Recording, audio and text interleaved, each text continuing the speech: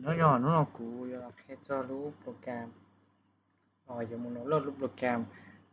zoom in zoom out này là muốn zoom lo zoom nè thìนี่ต้องการ capture หน้าจอคอมพิวเตอร์อย่างกูเนาะที่มั่วอัพโหลดมั่วจอต่อ YouTube หรือจอต่อ Facebook เนี่ยที่นี่ที่ทำในโปรเจกต์นะที่ต่อ Zoom เลยต่อ Zoom เลยในที่นี้ว่าโปรเจกต์เนี่ยที่นี่ว่าจะว่าตัวใช้เนี่ย你สนใจใช้เนี่ยที่กูเคลียร์ที่กูเคลียร์ที่อยู่มุ่งโลดนิจานเราเนี่ยใช้ชีวิตได้กู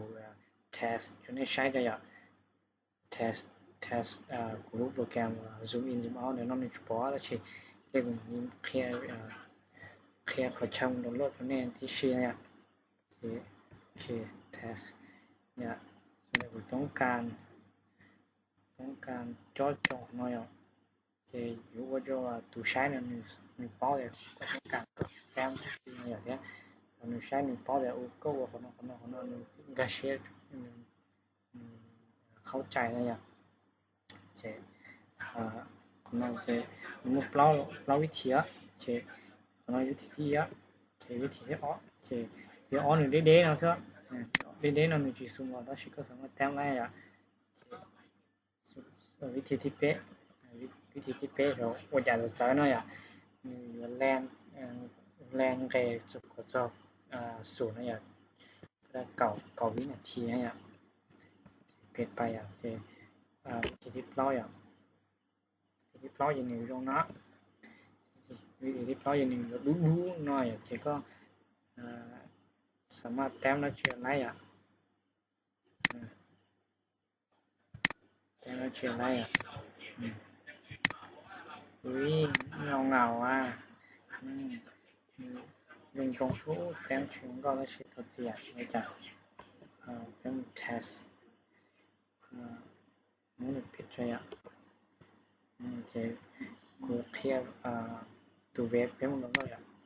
ตัวเว็บนั่นจะย่อของ Microsoft เนี่ย Microsoft เนี่ยจะเร็ว zoom in เนี่ยเวอร์ชันเปล่ายังชี้จะคลิกตัวลิงก์เนี่ยแต่สิ่งที่ดาวน์โหลดเนี่ยของเราอย่างจะไปมันใช้เดี๋ยวคุณดาวน์โหลดจอตัวอย่างดาวน์โหลด show in file เนี่ยแต่สิ่งที่นี่จะ show อยู่ที่มันง่ายอย่างจะจอเป็นมันใช้เดี๋ยวมันจอตัวอย่างก็พี่จะเราจอว่าเราคุยกับโปรแกรมมาการมาเจอเนี่ยรู้ของเนาะรู้เนาะเจนิวไฟล์ว่าชีไฟล์ zip เนี่ยคือ win r zip h เนี่ยเจนิวไฟล์ zip เนี่ยเจก็จะต้องมา extract ไฟล์เจคลิกขวาเนี่ย什么呀เจก็ต้อง extract เนี่ยเรา extract ไฟล์อ่ะเดี๋ยวก็เนี่ย extract ไฟล์นะเจนี่sáng lúc folder cho có thì mà lên mua cho file nhá lúc folder đó chỉ có nhẹ here thì như vậy extract tạo cái cho file pon cho cái program tụi nó pon nó cái program tụi nó nhà đi pon cho nó thì có cho program đó sản xuất có đó thì mìnhจะจ้างให้mìnhจะsản xuất của cái của lớn của không này thì có những thứ share này thì có chủ extract file này extract file thì nếu tạo lúc folder ya lúc nó nếu tạo lúc folder này ya lúc folder này ya thì nếu tạo lúc folder nó thì click một cái extract here đó thì nó sáng folder đó thì người ta sau tụi em một cái là sau zoom này chưa zoom này zoom it này thì gam sao này thì ngoài off file nó file nóจะ txt .txt nóจะยัง text document เนี่ย text document เนี่ยยังเราต้องไปอ่ะแล้วก็มันมี application เนี่ย application เนี่ยzoom it .exe เนี่ย application จะก็ติดตั้งอ่ะจะก็ระบบคลิกจอยอ่ะจะแต่ฉันต้อง zoom ที่ไลฟ์วิดีโอถ้าต่อติดตั้งโปรแกรมเนี่ยจะ control E นะเจียววิธีที่ E อย่างของวิธีที่ E ก็ zoom หรอกก็สามารถแต้มไล่วิธีก็ control เปล่าอย่างขอ leave zoom control เปล่าอย่างอย่าขอก็เนี่ย control เปล่าอย่างนี้ดับจอทางเขาก็สามารถแต้มไล่เชียวแต้มไล่ control นะเจียวนะเจียว new new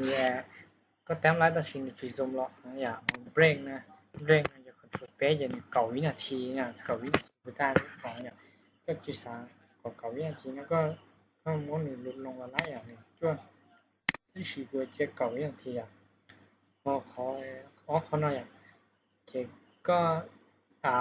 หนึ่งขอก้าอย่างนี้หมายความว่าแต่ก็เปิดก็โปรแกรมเราจะนี่อ๋อหรือถ้าชี้จะก็ชี้เนี่ย control e control control เป๊ะอย่างนี้มีช่องเหลือได้ชี้ก็เนี่ยอย่างนี้อ๋อหรือauto เลยอ่ะจะมีคำแนะนำที่ชอบเนี่ย run zoom in when windows start นะอย่างเช่นถ้าเป็น start ถ้าเป็นก็เปิดเราจะนี้ว่าเราหรือไลฟ์24ชั่วโมงนะเช่คุณที่ติดตั้งอย่างดูชีโนโหลดอย่างเช่คุณติดตั้งอย่างเป็นโซ่อย่าง有的我那那不是这样，对 URL 上那样，URL 那不默认好加啊，